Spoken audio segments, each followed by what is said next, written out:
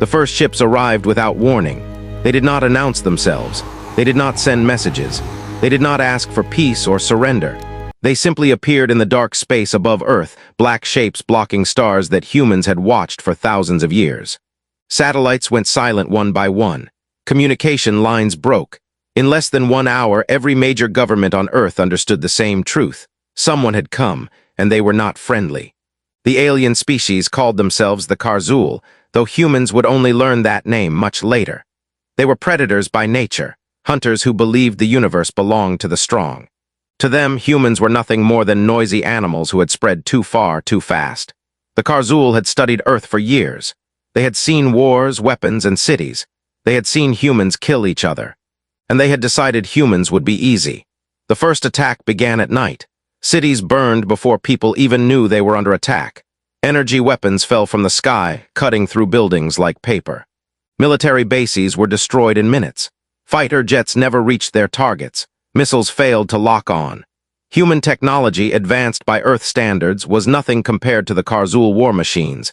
The invaders expected screams. They expected panic. They expected humans to run. At first, that is exactly what happened. Millions died in the opening hours. News feeds showed chaos, fire, and confusion. The Karzul commanders watched from orbit, satisfied. This was how hunts always went. Shock the prey, break their spirit, let fear do the rest. But something strange began to happen. After the first day, the cities went quiet. No mass surrender signals came. No desperate messages begging for mercy. Human broadcasts stopped almost completely. Power grids failed, yet there were no signs of total collapse. The planet did not look dead. It looked silent. The Karzul did not understand silence. On the ground, small groups of humans moved carefully through ruins. They did not fight openly. They did not chase the enemy. They watched. They waited. Old soldiers, hunters, and leaders remembered lessons passed down through generations. When facing a stronger enemy, noise meant death. Patience meant survival. Captain Elias Mercer was one of those people. He had fought in human wars long before the invasion. He had studied history, not just battles, but how humans survived when everything was lost. When the invasion began, his unit was almost wiped out. Air support never came. Orders stopped. The world he knew ended in fire, so he did what humans had always done best. He adapted. Elias gathered survivors from different backgrounds. Soldiers, engineers, medics, even civilians who refused to give up. They moved underground into tunnels and abandoned structures. They shut down heat signals.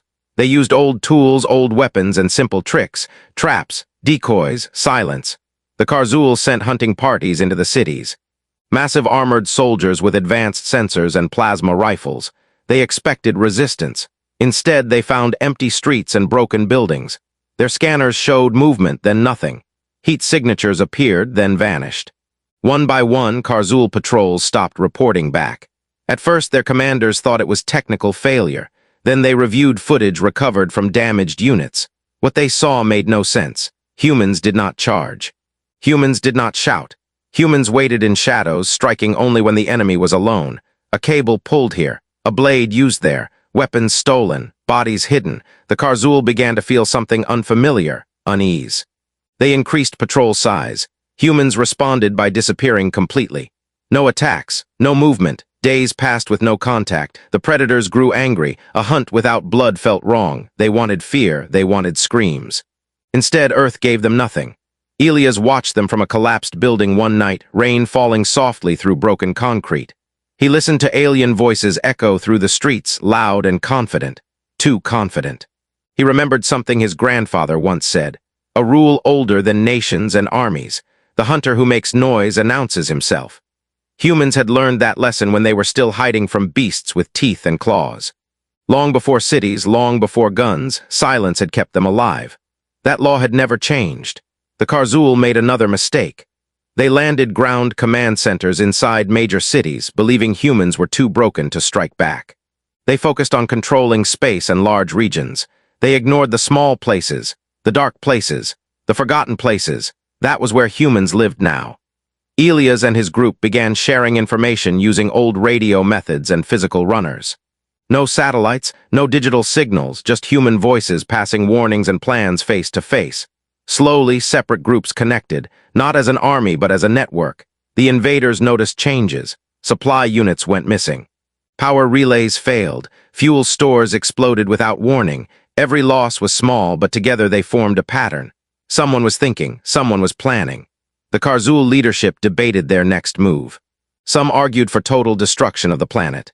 Others believed humans were still weak and hiding in fear. In the end, pride won. Predators did not fear prey. They ordered a massive ground sweep. Thousands of troops advanced into the ruins, weapons ready, sensors active. The streets echoed with their movement. They expected resistance. They expected blood. Instead, they walked into emptiness. Then the lights went out. Explosions erupted behind their lines. Buildings collapsed in front of them. Streets became traps. Human weapons, simple but deadly, struck from every direction. Not fast, not loud, just enough. Elias watched the chaos unfold from a distance. He did not smile. This was not victory. This was the beginning of something older and darker, a reminder of what humans became when pushed to extinction. The Karzul had come to Earth believing they were hunters. They had no idea they had stepped into a lesson written in silence, patience, and the oldest law humans knew. And this war was only just beginning. The Karzul commanders argued for the first time since the invasion began. From orbit, Earth looked quiet again. Too quiet. Fires still burned in some regions, but large cities had gone dark. Movement was scattered and unpredictable. The planet did not behave like defeated prey. It behaved like something hiding its teeth. High Commander Vrax studied the reports in silence. Patrol losses were increasing, but not in open combat. Entire units vanished without signs of battle. Weapons were found damaged. Armor was cut open in ways their analysts could not explain. "These humans do not fight with honor," one officer said. Vrax turned slowly. "Prey does not need honor," he replied. "It needs survival." On the ground, Elias Mercer listened to distant explosions echo through the city ruins. The ground trembled, then settled. He closed his eyes for a moment, counting breaths. Panic had no place here. Fear wasted energy. Humans had learned that long ago. His group had grown, not in numbers, but in purpose. People arrived quietly, bringing information, tools, and stories from other regions. The same pattern repeated everywhere. Aliens moved loudly. Humans vanished. Then the aliens did not return. Elias did not give speeches. He did not promise victory. He simply reminded them of one truth. "We do not need to beat them," he said softly. "We only need to last longer than they expect." The Karzul ground sweep failed. Large formations moved through cities and forests, scanning constantly. But their technology struggled with Earth's terrain. Underground tunnels blocked signals. Old buildings confused sensors. Weather interfered with tracking. And humans used the environment like it was part of their bodies. One patrol entered a forest at dawn. They never left. No shots were heard, no explosions recorded. Days later, a drone found their equipment neatly stacked, weapons disabled, armor opened. No bodies. The footage disturbed the Karzul deeply. Predators understood violence. They did not understand restraint. Elias led a small team that night, moving through sewer tunnels beneath a former military zone. They spoke only when needed. Hand signals replaced words. Their weapons were simple, reliable. No energy signatures, no heat spikes. They reached a Karzul supply node just before sunrise. The aliens had built it quickly, confident humans would never reach it. Guards stood alert but relaxed, talking loudly in their harsh language. They had not learned yet. The attack took less than 3 minutes. Fuel lines were cut, power units disabled. One guard collapsed silently, another turned too late. By the time alarms began to sound, humans were already gone. The explosion came later, far from where Elias stood. In orbit, the loss of the supply node forced the Karzul to reroute resources. Ships moved. Fleets adjusted positions. The predators reacted just as humans wanted. Vrax watched the strategic map change. Earth was bleeding them slowly, not enough to kill them, but enough to anger them. And anger led to mistakes. "Send fear," one commander suggested. "Burn their symbols, destroy what they value." The order was given. Historic sites were targeted, old cities, cultural centers, places humans loved not for military reasons but for memory. The Karzul believed this would break human morale. Instead, something changed. Elias stood among ruins older than most nations. Smoke drifted through broken stone. A woman beside him knelt, touching the ground with shaking hands. She did not cry, she did not scream. She stood, picked up a piece of debris, and joined the others moving supplies. Loss hardened humans. The attacks erased hesitation. Human groups that had stayed hidden began to act. Traps grew bolder. Strikes reached closer to Karzul command zones. The invaders noticed a shift. Humans were no longer just surviving, they were shaping the battlefield.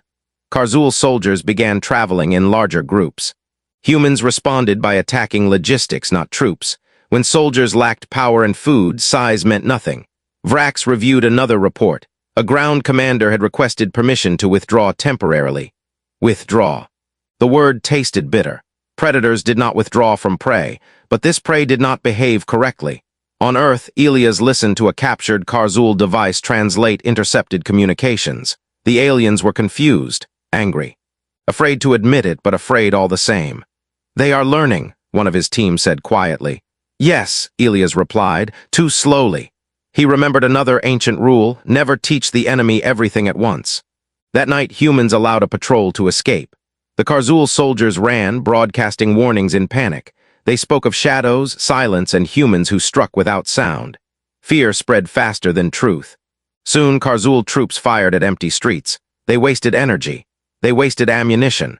They saw threats where none existed. Elias watched it unfold and felt no pride, only responsibility, because humans knew what came next. Desperation. In orbit, Vrax made his decision. If humans would not submit, then Earth would be reshaped. Atmosphere disruptors were prepared. Long-term destruction plans activated. The predators would deny humans their hiding places. The fleet moved into position. On the ground, alarms sounded in hidden human shelters. Old systems detected changes in orbit. The sky itself was becoming a weapon. Elias gathered his group. "This is where patience matters most," he said calmly. "They want us to rush. We will not." Outside, the night sky glowed with unnatural light as alien ships shifted. The Earth felt small under their shadow. But humans had survived ice ages, extinctions, and monsters far worse than steel and fire. They had learned to wait. And as the Karzul prepared to end the hunt with overwhelming force, they failed to see the quiet movement spreading across the planet. The silence was not fear, it was preparation. And humanity was almost ready to remind the predators why Earth's oldest laws were written in blood and time. The sky changed color before anyone heard the sound. A thin red glow spread across the horizon as the Karzul fleet adjusted its orbit. Atmospheric weapons powered up, massive machines designed to shake planets into obedience. For the first time since the invasion began, the aliens planned to end the war quickly. On the ground, humans watched the sky in silence. There was no panic, no mass movement, no desperate attacks. Instead, hidden groups checked equipment, sealed shelters, and waited for the signal they had been preparing for since the first day. Elias Mercer stood inside an underground chamber once used for emergency command. Old maps covered the walls. Handwritten notes replaced digital screens. Human leaders from different regions were present, connected by simple radio links and runners. This was not a global army. It was something older. A shared instinct. "They think this ends today," someone said quietly. "It does," Elias replied, "just not the way they expect." The Karzul began the next phase of their attack. High-energy pulses struck the upper atmosphere, designed to disrupt weather patterns and create long-term instability. Storms formed unnaturally fast. Winds howled across cities already in ruins. To the Karzul, this was a warning. Submit or be erased. But humans had studied the patterns. The pulses followed predictable timing. The energy weapons required recharge cycles. Every advanced system had limits. Humans had learned to find limits in predators far stronger than themselves. Elias sent a single coded message. Across the planet, human groups moved, not openly, not loudly. Power stations that the Karzul believed were destroyed came back online for seconds at a time. Just long enough. Old missile systems launched not at ships, but at space itself, carrying modified payloads. Not weapons of destruction, but disruption. In orbit, Karzul sensors flickered. Communication delays appeared, fleet coordination slowed, small errors multiplied into large ones. The predators noticed too late. "This is impossible," an officer said. "Their technology should not reach us." Vrax remained silent, watching systems fail one by one. Humans were not attacking the fleet, they were interfering with its rhythm. For predators used to overwhelming force, this kind of war felt wrong. On Earth, Elias led a strike deeper than ever before. A Karzul command facility had been located beneath a mountain range. Protected by shields and heavy troops, it was considered untouchable. Humans did not intend to destroy it. They intended to enter it. The approach took days, crawling through narrow passages, cutting through old stone. Using tools so simple that alien sensors ignored them. Human patience turned time into a weapon. When they reached the outer structure, they waited again. A shift change, a pattern, a moment. Then they moved. Inside, the facility was bright and loud. Karzul soldiers shouted commands, unaware of the shadows between the lights. Humans slipped through like ghosts. One system was altered, another marked, a third left untouched on purpose. They left something behind, not a bomb, a message. Vrax received it hours later, a single video file. It showed a human standing in the command facility, calm, unarmed, looking directly into the camera. "We know you are strong," the human said. "We know you are hunters, but this planet does not belong to the loud, it belongs to those who endure." The message ended. The room was silent. No species had ever spoken to the Karzul like that. On Earth, storms intensified. Floods swept through some regions. Losses were heavy. Humans suffered, but they did not break. Aid moved quietly. Shelters held. Communities adapted. The Karzul commanders demanded escalation. Vrax hesitated. Every move they made was predicted. Every advance met resistance that felt planned. Humans were no longer reacting. They were guiding the war's direction. Predators hated losing control. A new order was issued. Elite hunters were deployed. Smaller, faster, trained specifically for close combat. They were sent to hunt humans directly, not territory. The night became dangerous again. Elias encountered them 2 days later. The elite hunters moved silently, learning from human tactics. They were fast, deadly. For the first time, humans lost entire teams in minutes. The balance shifted. Elias felt the weight of it immediately. "This was always coming," he said quietly. Humans adapted again. They stopped hunting the hunters. Instead, they watched them. The elite units followed patterns. Pride made them predictable. Humans spread false trails, fake shelters, and deliberate mistakes. The hunters followed. Only a few returned. The rest disappeared into forests, ruins, and underground spaces where Earth itself became the trap. Vrax reviewed the losses. His elite forces' symbols of dominance were gone. Fear crept into the command chamber. "What are they?" one officer whispered. Vrax finally answered. "They are not prey," he said. "They are survivors." In orbit, fuel reserves dropped. Repair cycles lengthened. The war was taking too long. Other empires would notice. On Earth, Elias stood under a night sky filled with alien ships. He felt tired, older than he should have been, but he also felt something else. Confidence. The Karzul had expected human blood. What they found was silence, patience, and a law older than empires. As the fleet prepared its final, desperate option, humanity prepared its own. The next phase would decide everything. The Karzul fleet stopped moving. For a long time, nothing happened. No attacks, no storms, no ground assaults. The silence coming from orbit was heavier than any explosion. Humans noticed it immediately. Silence from predators never meant peace. Elias Mercer studied the sky through a narrow opening in the ruins. The alien ships hung there, dark and still, like watching eyes. He felt it in his bones. The Karzul were no longer angry. They were thinking. In orbit, High Commander Vrax stood before a projection of Earth. Casualties scrolled beside it, resource losses, time wasted, pride damaged. Other empires would be watching soon. This war had become dangerous to more than just his fleet. He activated the final option. The weapon was ancient even by Karzul standards. It was not designed to destroy cities or armies. It was designed to remove resistance completely. A planetary pressure system that would slowly increase gravity and atmospheric stress in targeted regions. Shelters would fail. Bodies would break. Nature itself would turn against the inhabitants. No hiding, no fighting, just collapse. The first effects began quietly. People felt heavier, movements slowed, old buildings cracked, underground spaces strained. Animals reacted before humans understood what was happening. Birds stopped flying, storm clouds collapsed unnaturally. Elias felt it too. Every step took more effort, breathing felt thick. He watched his people struggle but continue. No one complained, no one panicked. They had expected something like this. "This is the one," someone said. "Yes," Elias replied, "and this is why we waited." Human groups activated their final preparations. Across Earth, ancient structures came alive. Old tunnels reinforced by modern hands. Pressure-resistant shelters built not with advanced alien materials, but layered human engineering. Simple designs refined through disasters, wars, and mistakes. Humans had learned how planets tried to kill them long before aliens arrived. The Karzul expected screams. They heard none. Instead, reports showed human survival rates higher than predicted. Not high enough to ignore, but too high to accept. The pressure fields increased. Mountains shifted. Oceans reacted. The planet groaned. Humans adapted again. They redistributed, reduced surface presence, shared oxygen systems. Controlled movement. The pressure weapon required time to work fully. Time was something humans had stolen from the beginning. Elias moved through a shelter, checking people one by one. Children slept. Injured rested. Engineers worked silently. This was not bravery, it was habit. Humanity had survived by turning endurance into routine. Above them, the Karzul fleet began to feel strain.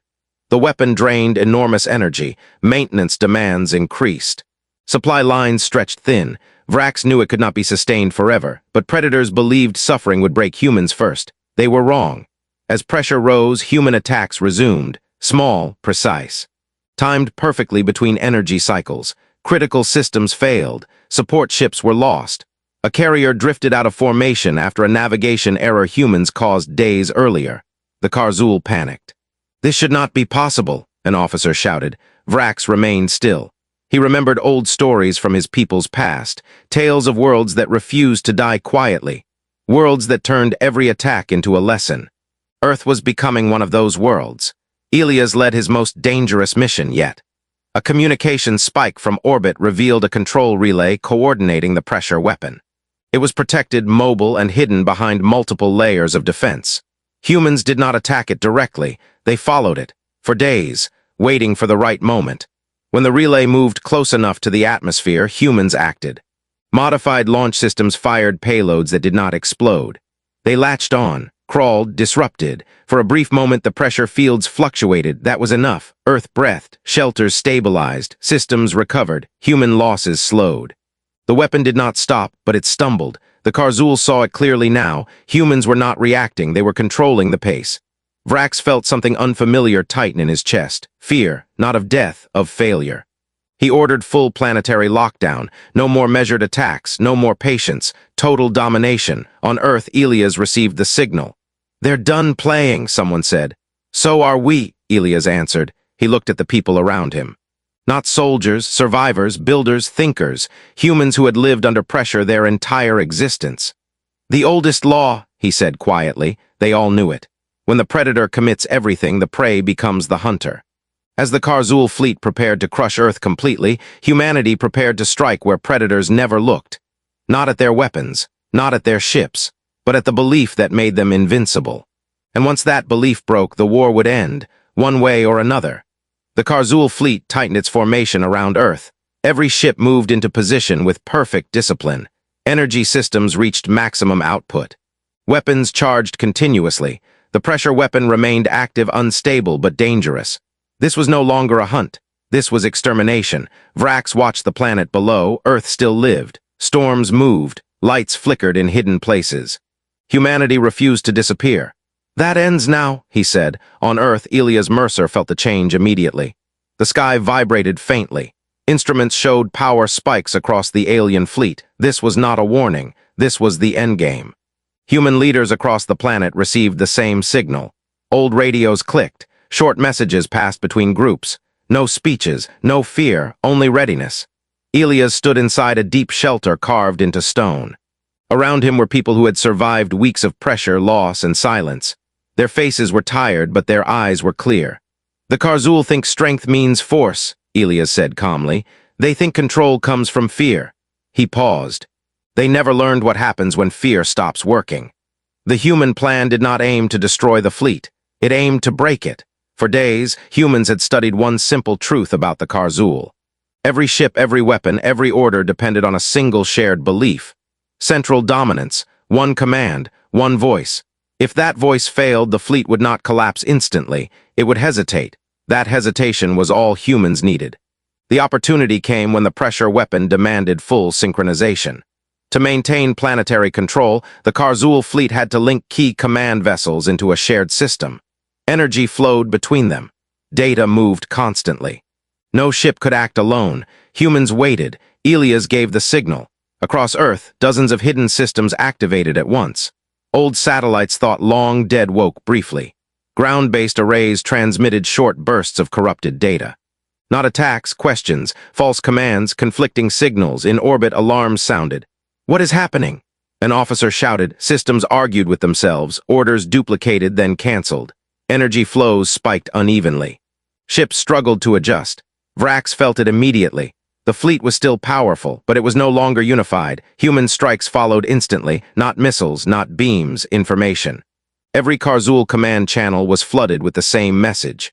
Not a threat, not a demand, a record, footage of the invasion, of cities burning, of silence afterward, of Karzul patrols disappearing, of predators hesitating, of elite hunters running.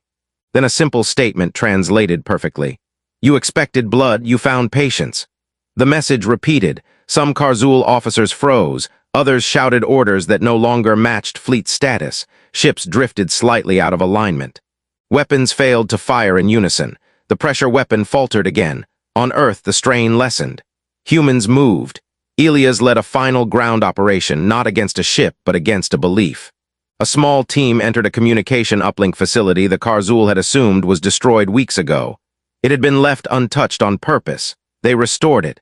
They broadcast once, not to the fleet, to the galaxy. A simple transmission, clear.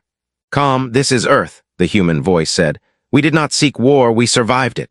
The message included no threats, only evidence, proof of Karzul losses, proof of human endurance, proof that domination had failed.